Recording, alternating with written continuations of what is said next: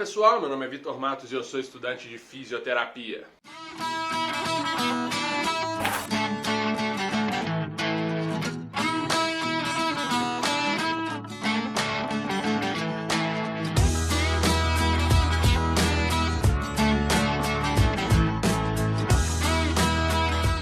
Muito bem, galera, então hoje eu vim até aqui porque a gente vai fazer uma revisão de neuroanatomia, tá bom? Neuroanatomia. Então a gente está nesse período aí de isolamento social que parece que vai durar para sempre e é muito bom a gente usar esse tempo para a gente descansar, isso é uma parte importante, é bom que seja feito, mas não vai fazer mal se a gente usar esse tempo que a gente está dentro de casa para a gente revisar algumas coisas, não é verdade? Então o último vídeo do canal foi uma revisão de cardio. Se você ainda não assistiu, é bom que você assista, eu vou deixar um botãozinho aqui para você clicar e ir para lá. Então você clica, vai abrir uma nova aba, você aperta pausa e termina de assistir esse vídeo aqui, porque nesse vídeo nós vamos revisar essa peça aqui, que é uma peça de plástico ou acrílico, não sei, que tenta representar o encéfalo humano. Então nós vamos dar nome, conhecer sobre as numerações feitas por Brodmann, as áreas principais.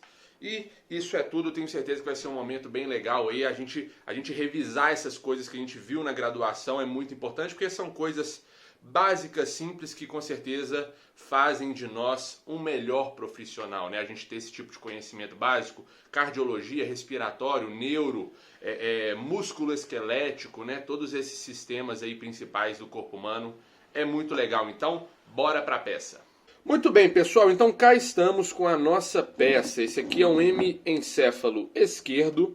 É muito legal que a gente entenda que o nosso encéfalo ele funciona assim, né, com duas metades, elas são unidas pelo corpo caloso, que é a comissura principal encefálica que nós temos aí. Então eu vou pegar apenas uma metade, que ela é suficiente para que a gente aprenda tudo que precisa ser aprendido nessa aula, mas a gente fica ligado que tudo que for nomeado aqui nessa peça vai ter do outro lado também, né? Para eu ser mais preciso, quase tudo. Tem algumas exceções que eu vou indicar para vocês aí no decorrer da aula. Eu já fiz uma aula de neuroanatomia também usando uma peça dessa aqui no canal, eu vou deixar no izinho aqui em cima, e é uma peça diferente, então é muito legal se vocês quiserem aprofundar mais nos estudos a respeito de neuroanato, vocês verem as explicações em materiais, né, em peças que foram fabricadas por empresas diferentes, porque cada uma dessas empresas coloca na peça uma perspectiva que costuma ser pessoal a respeito dos giros e dos sulcos.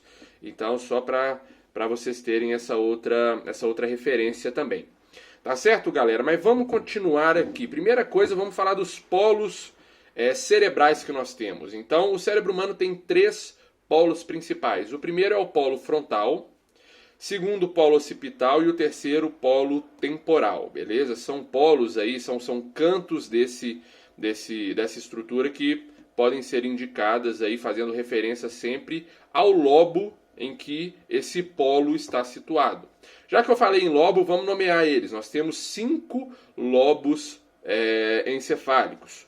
Lobo frontal, que é esse daqui, lobo parietal, lobo occipital, lobo temporal, já foram 4. E o quinto é um lobo insular, que é um lobo interno. Nessa peça aqui não tem como a gente desmontar, não dá pra ver. Eu acredito que no outro vídeo que eu fiz com aquela peça eu consegui mostrar pra vocês, tá? No cérebro humano a gente pode também dividir os momentos de didática, né, ou de aprendizado, pra gente conhecer tudo que está sendo visto. Em vez da gente falar dele como um todo e só dando nome atrás de nome sem fazer uma pausa, a gente pode criar divisões, e essas divisões elas são feitas baseadas nas faces desse cérebro. Então veja, aqui eu tenho uma face que é lateral, que é essa face aqui, que a gente está olhando para ela, ó. Vocês estão olhando para a face lateral do cérebro humano, que é uma face convexa. Vocês percebem? Olha aqui, ó. Convexa. Beleza? Nós temos uma face medial, que é essa daqui, que é uma face reta ou plana. Percebem? E nós temos a base do cérebro, que é uma base totalmente irregular. Para a gente ver ela direitinho, a gente teria que tirar aqui o cerebelo e o tronco, né? A gente veria aqui como que ela é incerta, né? Em termos aí de planície, né? Ou de superfície. A gente vai começar a dar os nomes que precisam ser dados pela face lateral. Pode ser? O cérebro humano ele tem 2 sulcos principais. O primeiro é o sulco lateral, que é esse cara aqui, que ele tem divisões. A primeira divisão é o ramo anterior do sulco lateral, O segundo é o ramo ascendente do sulco lateral, que é isso aqui, ó, que parece que tem essa coisinha aqui no meio, mas desconsiderem isso aqui, é como se isso aqui fosse um grande sulco, tá bom? Que é o ramo ascendente do sulco lateral. E tudo que está para trás do sulco ascendente é chamado de ramo posterior do sulco lateral. Beleza? Então o sulco lateral é esse cara aqui todo. Na frente eu tenho o ramo anterior, no meio ramo ascendente e para trás ramo posterior. Pessoal, fez sentido para vocês eu dizer que aqui é atrás e aqui é na frente? Porque veja, aqui eu tenho o olho do meu indivíduo, tá?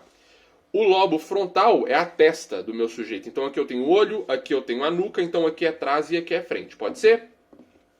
O segundo sulco importante que a gente tem é o sulco central, que é esse aqui, ó. Por onde o meu lápis está passando. Sulco central.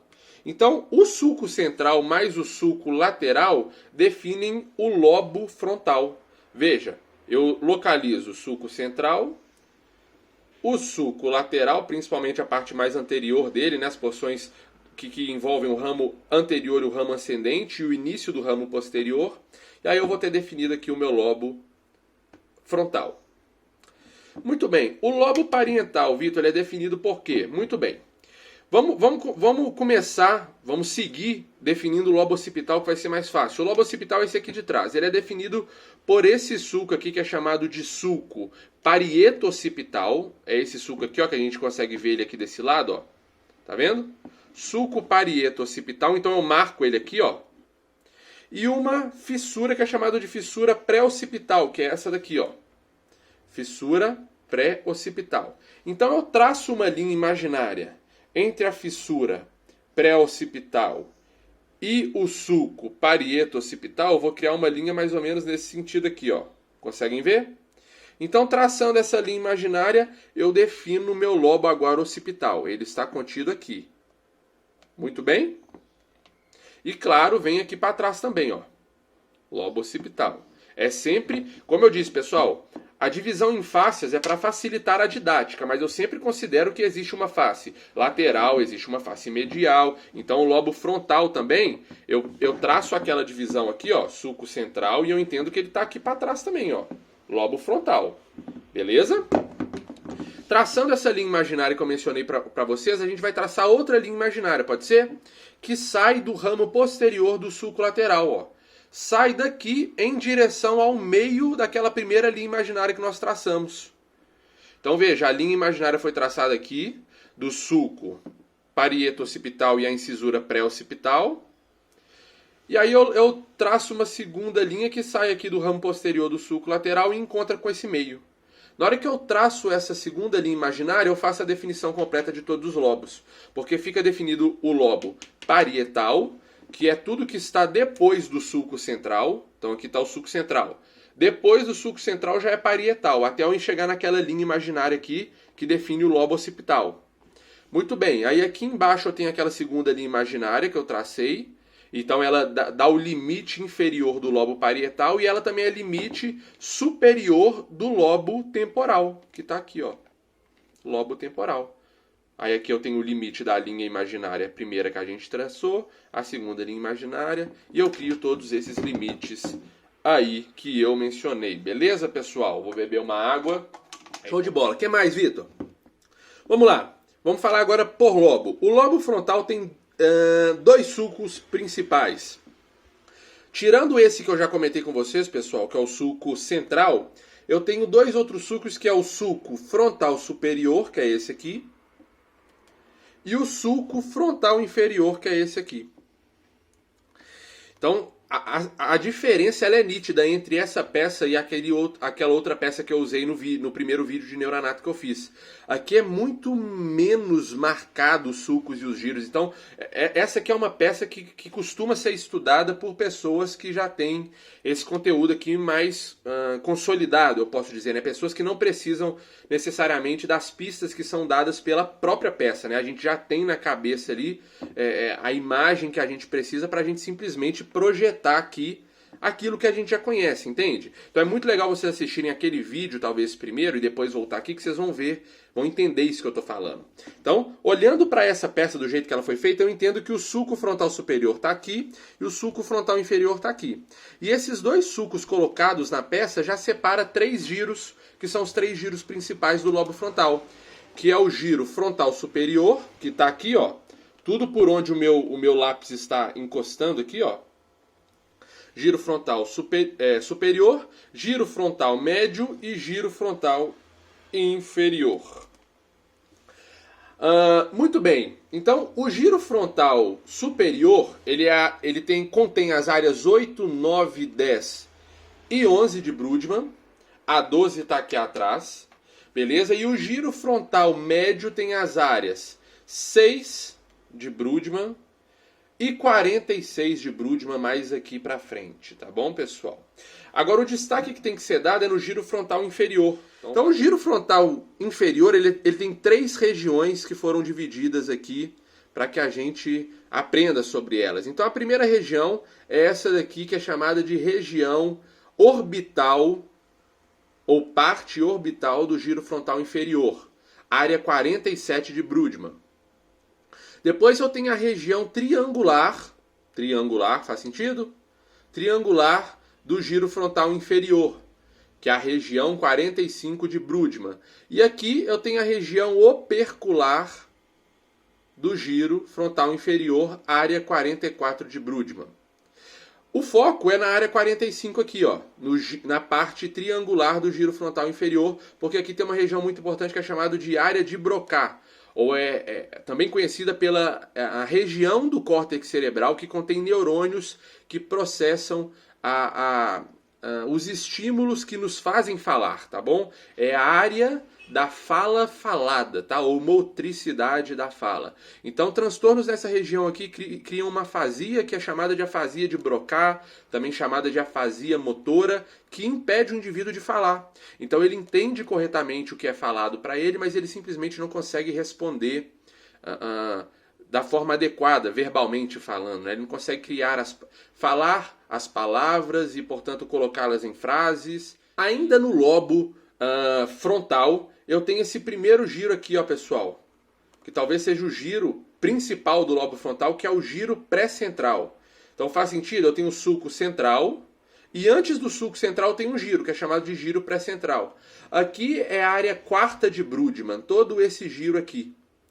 E aqui a gente tem a área primária motora, teleencefálica. Então aqui é uma área de projeção que contém neurônios que enviam eferências que nos fazem movimentar, tá bom? Enviam eferências que vão lá para a placa motora, usando acetilcolina para criar estímulos relacionados à motricidade e também, é claro, né, motricidade relacionada aos órgãos internos e etc. e tal. Então, área motora primária, giro pré-central, área 4ª de Brodmann. É todo esse giro.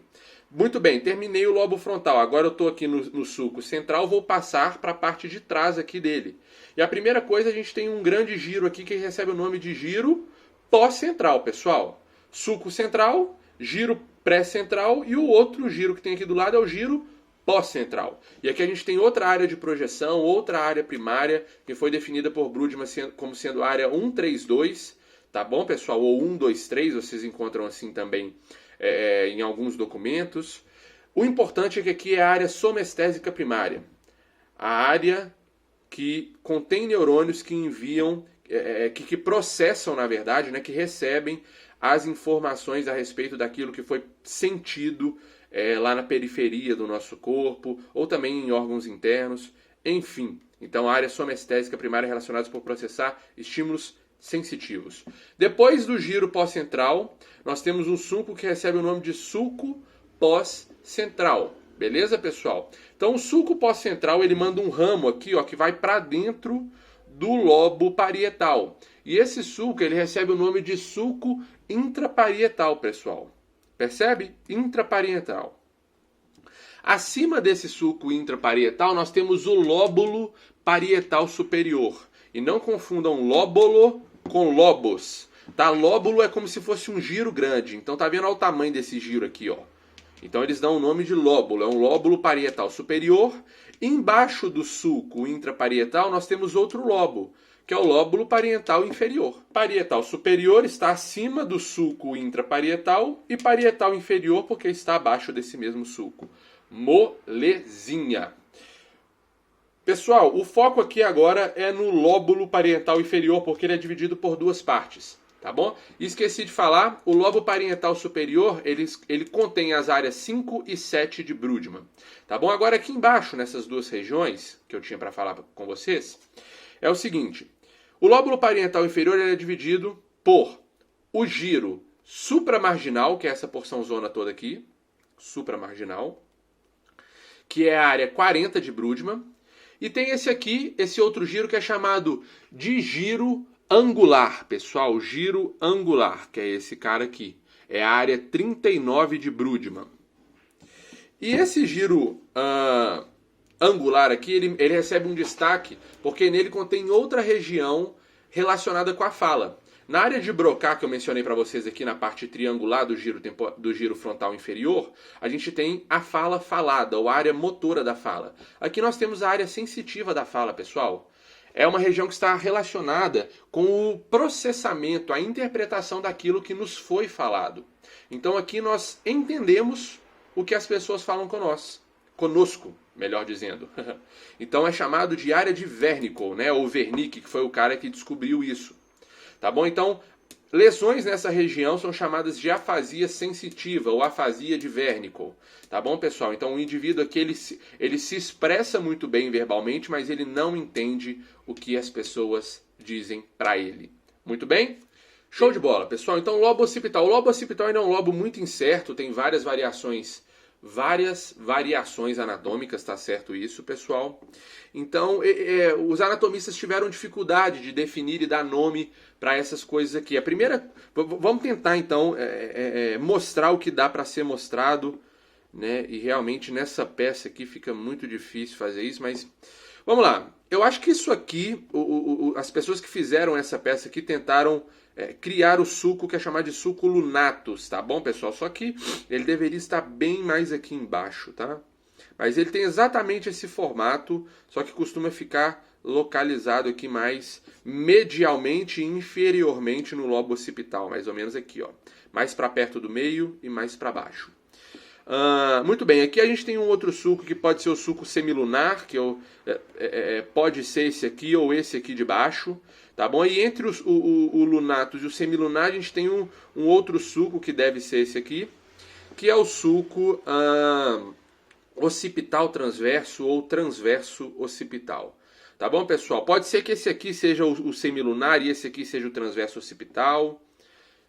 Enfim, pessoal, o importante do lobo occipital, aqui nós temos a área de Brodmann 19, 18 e 17, tá, pessoal? 19, 18 e 17 nesse sentido aqui que eu mostrei pra vocês, tá bom? A área 17 que está aqui, ela se estende nesse sentido aqui, ó, pessoal, e vem até aqui, ó, no sulco calcarino, que é o nome desse sulco aqui, ó.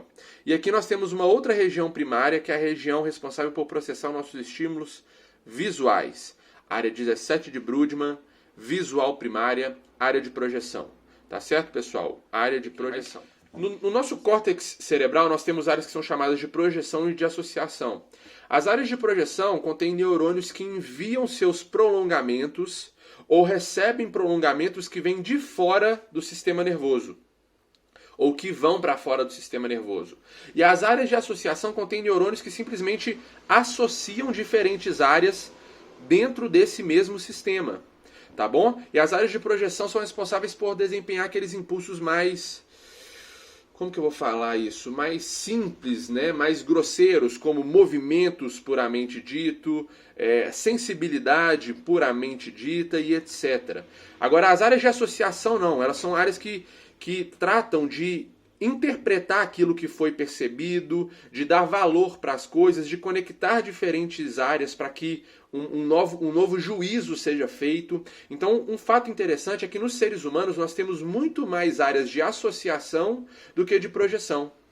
Em animais menos desenvolvidos, as áreas predominantes neles são áreas de projeção, porque eles não precisam muito racionalizar as coisas que são sentidas, racionalizar os movimentos que são feitos. Eles não têm esse tipo de de ímpeto intelectual, vocês entendem?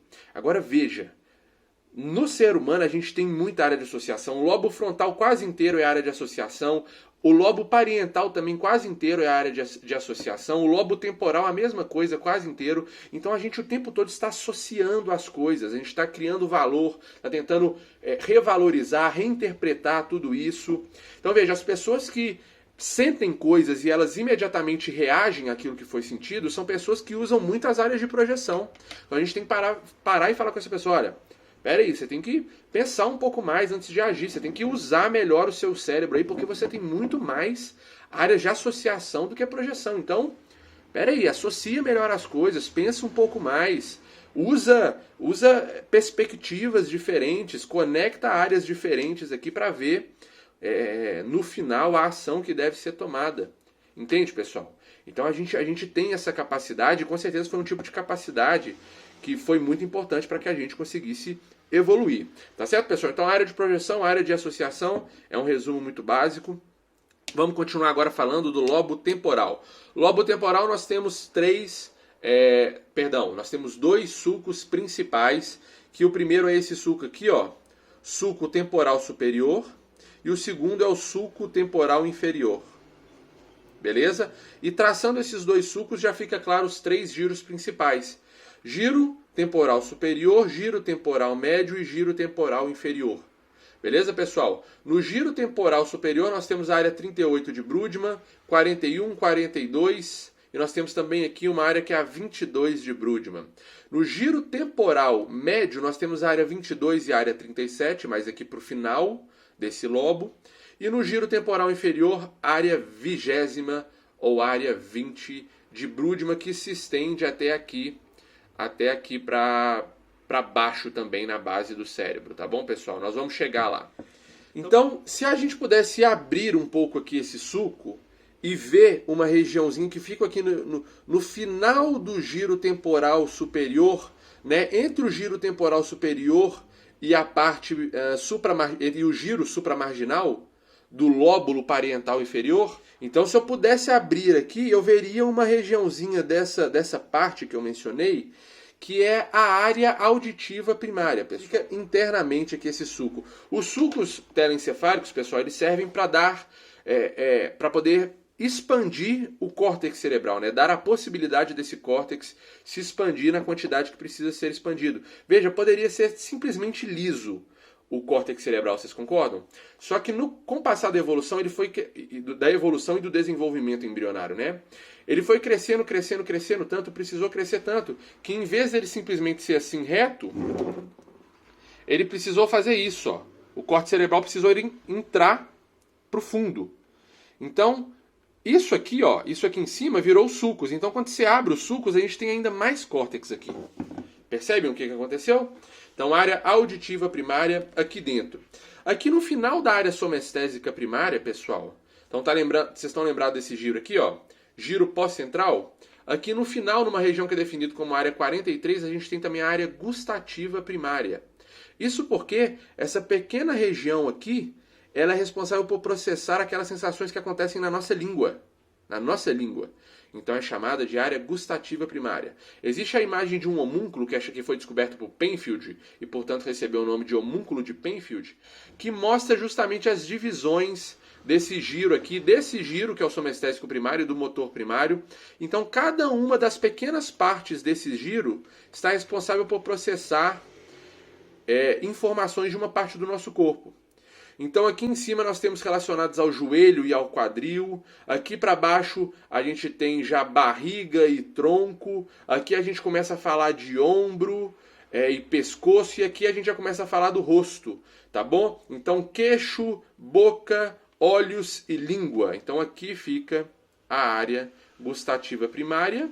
Processa as sensações que se passam na nossa língua. E aqui fica a área...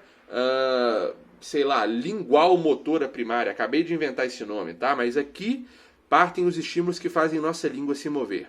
Só para que vocês peguem o raciocínio aí. Não vou falar mais sobre a face lateral, já passei para a face medial do nosso encéfalo.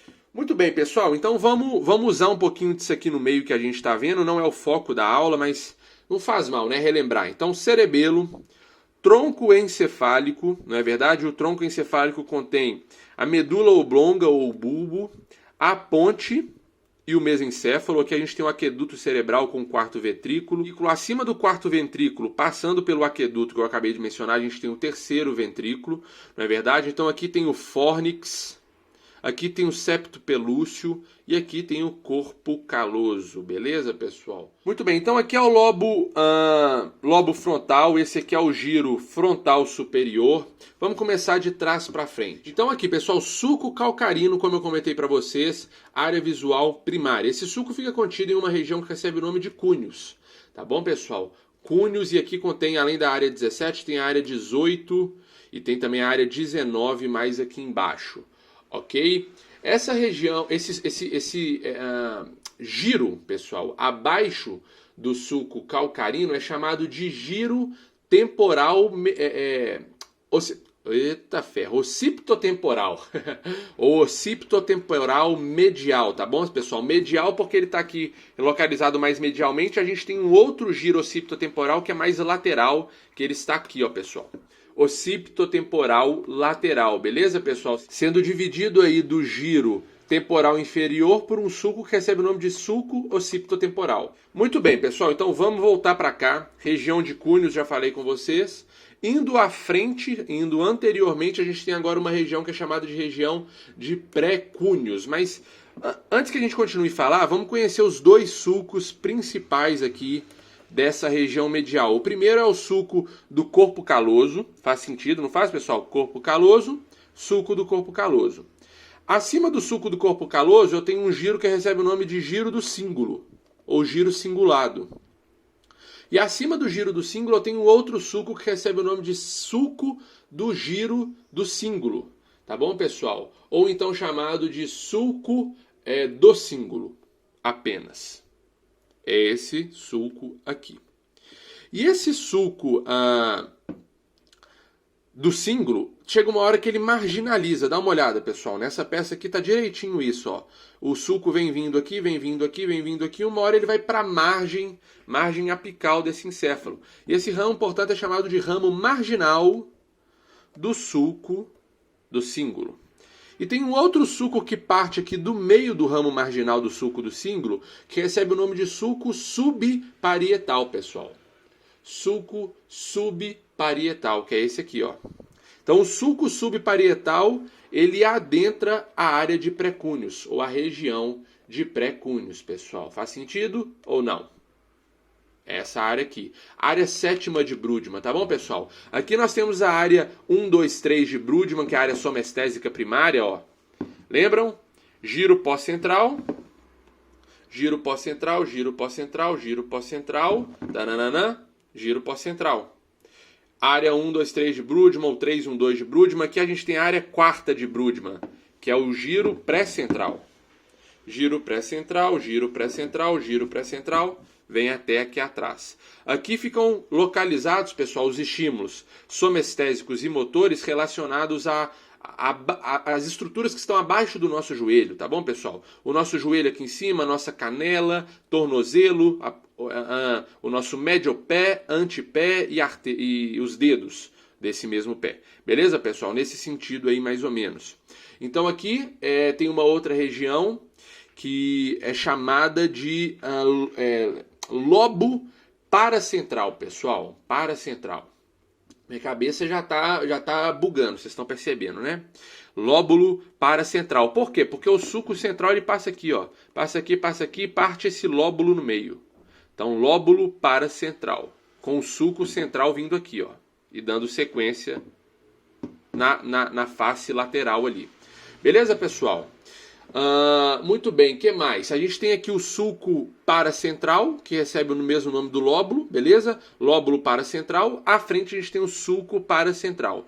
E aqui agora a gente tem o giro frontal superior, contendo todas aquelas regiões aqui que a gente sabe relacionados à nossa personalidade, às nossas emoções. É um tipo de região telencefálica que processam estímulos relacionados ao sistema límbico, né, pessoal? É uma das regiões telencefálicas que participam aí desse processamento límbico. Ok? E ficou faltando então só a parte aqui de baixo, né, pessoal? Então, primeira coisa que ainda no lobo frontal a gente pode mencionar toda essa região aqui, que é chamada de rinencéfalo, pessoal. Rinencéfalo. E chama-se rinencéfalo porque aqui a gente tem regiões que processam bastante estímulos relacionados à olfação. Aqui a gente tem o bulbo olfatório, que levam informações para a área que a gente chama de área olfativa primária, tá bom, pessoal? Área olfativa primária, que é a área 34 de Brodmann, chamada de uncus. Área de uncus. Então aqui embaixo, para que a gente pudesse ver as coisas um pouco melhor, precisava tirar o cerebelo e o tronco encefálico, mas eu já comentei algumas coisas com vocês, não já?